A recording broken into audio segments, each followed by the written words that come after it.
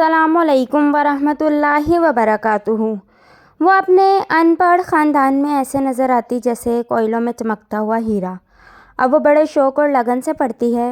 ارشاد باری تعالیٰ ہے، یتیموں کی اصلاح بہتر ہے، یتیموں کی آزمائش کرتے رہو۔ میں نے جب اسے پہلی بار اپنے گھر دیکھا تو اس کی عمر تقریباً 8 یا 9 سال کے درمیان تھی۔ وہ گہرے سانولے رنگ کی تھی۔ مجھے اس کے چہرے میں کسی قسم کی کشش اور خوبصورتی کی رمق ڈھونڈنے سے بھی نظر نہیں آئی۔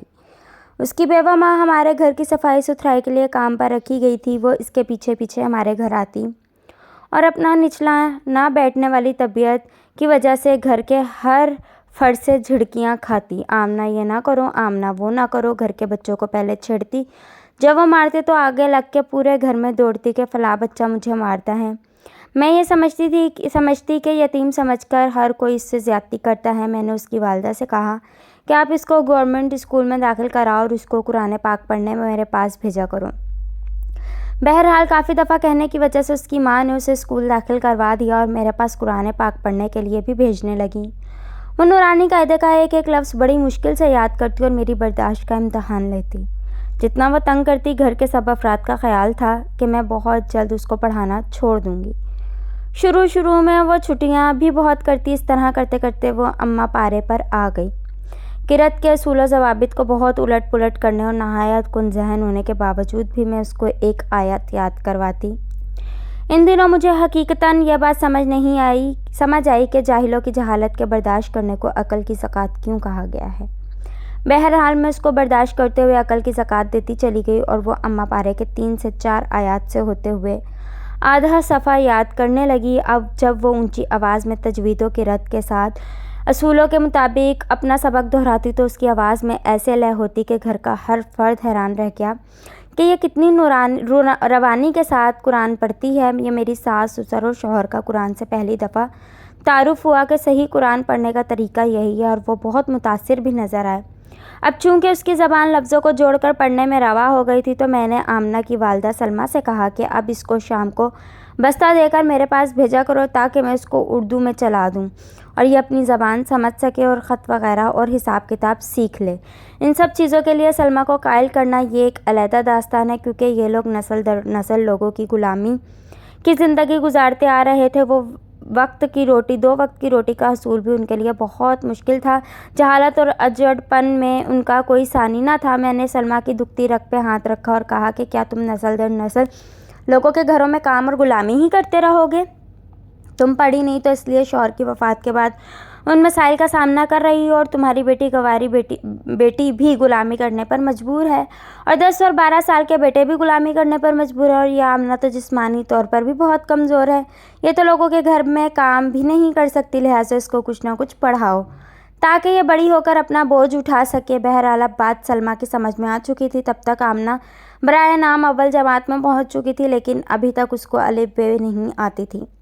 شام وہ بستہ لے کر آ جاتی اور 2-3 گھنٹوں میں کچھ نہ کچھ الف بے لکھتی اور ابتدائی قاعدے پڑھتی اور پھر اول جماعت کی اردو کی کتاب میں پہنچ گئی۔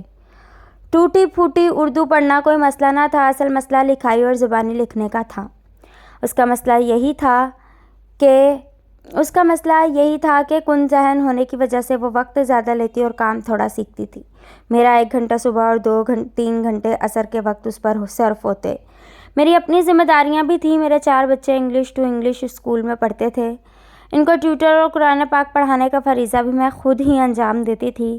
لہٰذا میں نے آمنہ سے کہا کہ آپ کو میرے ساتھ کچھ نہ کچھ صبح اور شام پڑھائی کے ساتھ کچھ کام بھی کروانا پڑے گا۔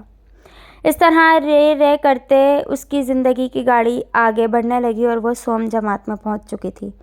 اردو لکھنے اور پڑھنے پر عبور حاصل کر چکی تھی۔ اس کی زندگی میں بہت مشکلات تھی۔ صبح بہت دور سے وہ 5 بجے اٹھ کر قرآن پاک پڑھنے اور میرے ساتھ کام کروا کر پیدل واپس جاتی اور پھر تیار ہو کر اسکول کی تیاری پکڑتی، اور اسکول بھی گھر سے بہت دور تھا، اور اسکول سے آتے ہی کھانا کھائے بغیر وہ میرے گھر میرے ٹیوشن کے لیے آ جاتی اور مغرب وقت چھٹی کر کے گھر واپس جاتی اور جا کر سو جاتی۔ آمنہ کی زندگی آہستہ آہستہ ڈھب پر آتی جا رہی تھی۔ سوم جماعت میں اس کا قرآن پاک مکمل ہو گیا اور ساتھ ہی اس نے انگریزی شروع کر لی۔ اب انگریزی میں بھی اس کو چلانا ایک مشکل مرحلہ تھا۔ نرسری سے لے کر تمام انگریزی کی کتابیں اس کو ایک ایک کر کے پڑھائیں اور انگریزی میں بھی وہ آخرکار چل پڑی۔ قرآن پاک کی دہرائی کروائی۔ آمنہ 5ویں جماعت کی گورنمنٹ اسکول کی طالبہ ہے، لیکن ابھی تک اس کو ریاضی میں کوئی شدبد نہیں۔ اب میں اس کو گنتی پہاڑے اور دوسری جماعت کا ریاضی کروا رہی ہوں۔ اب آمنہ صاف ستھری بھی رہتی ہے اور اس کی زندگی مکمل حرکت میں ہے، اور حرکت میں ہی برکت ہے۔ جہالت سے روشنی اور 5ویں تک کا سفر طے کرنے میں آمنہ کو بہت کٹھن مراحل طے کرنے پڑے۔ کم اور غیر متوازن خوراک اور کام کی زیادتی اور پیدل چلنے کی مشقت کی وجہ سے وہ مسلسل بیمار رہنے کے باوجود اس کو پڑھنا پڑتا، اس لیے نہیں کہ اس کو پڑھنے کا شوق تھا، بلکہ اس کی والدہ کو یہ بات سمجھ آ گئی تھی کہ یہ اتنی کمزور ہونے کی وجہ سے لوگوں کے گھروں میں کام نہیں کر سکتی، اس لیے اس کو پڑھائی میں مصروف رکھا جائے۔ بس شروع میں میری بھرپور توجہ، شفقت اور مناسبت سختی نے اس کو پڑھنے پر مجبور کر دیا، لیکن جیسے جیسے اس کو خاندان میں لوگوں سے، اسکول کے استادوں سے عزت ملنی شروع ہوئی تو اسے بھی علم کی روشنی حقیقی معنوں میں نظر آنا شروع ہوئی، کیونکہ وہ اپنے ان پڑھ خاندان میں ایسے نظر آتی جیسے کوئلوں میں چمکتا ہوا ہیرا۔ اب وہ بڑے شوق اور لگن سے پڑھتی ہے، ورنہ شروع میں اس نے بہت رستے تڑوانے کی کوشش کی۔ یہ صرف ایک فرد کو مفید شہری بنانے کی کوشش تھی، جس کے لیے مجھے کئی سال لگانے پڑے اور اپنے بچوں کی تربیت سے کچھ وقت نکال کر دینا پڑا، لیکن در حقیقت یہ ایک پورے خاندان کی تعلیم ہے۔ اب سب لوگ اس کے خاندان والے کہتے ہیں کہ آمنہ بہت سمجھدار ہو گئی ہے۔ یہی سب لوگ پہلے اسے نفرت سے دیکھتے تھے کہ اس کی حرکتیں ہمیں پسند نہیں۔ یہ سچ ہے کہ تنقید کرنا بہت آسان ہے، لیکن اس کو صحیح کرنا اس سے بھی مشکل ہے۔ ارشاد باری تعالیٰ ہے کہ یتیموں کی اصلاح بہتر ہے، یتیموں کی آزمائش کرتے رہو۔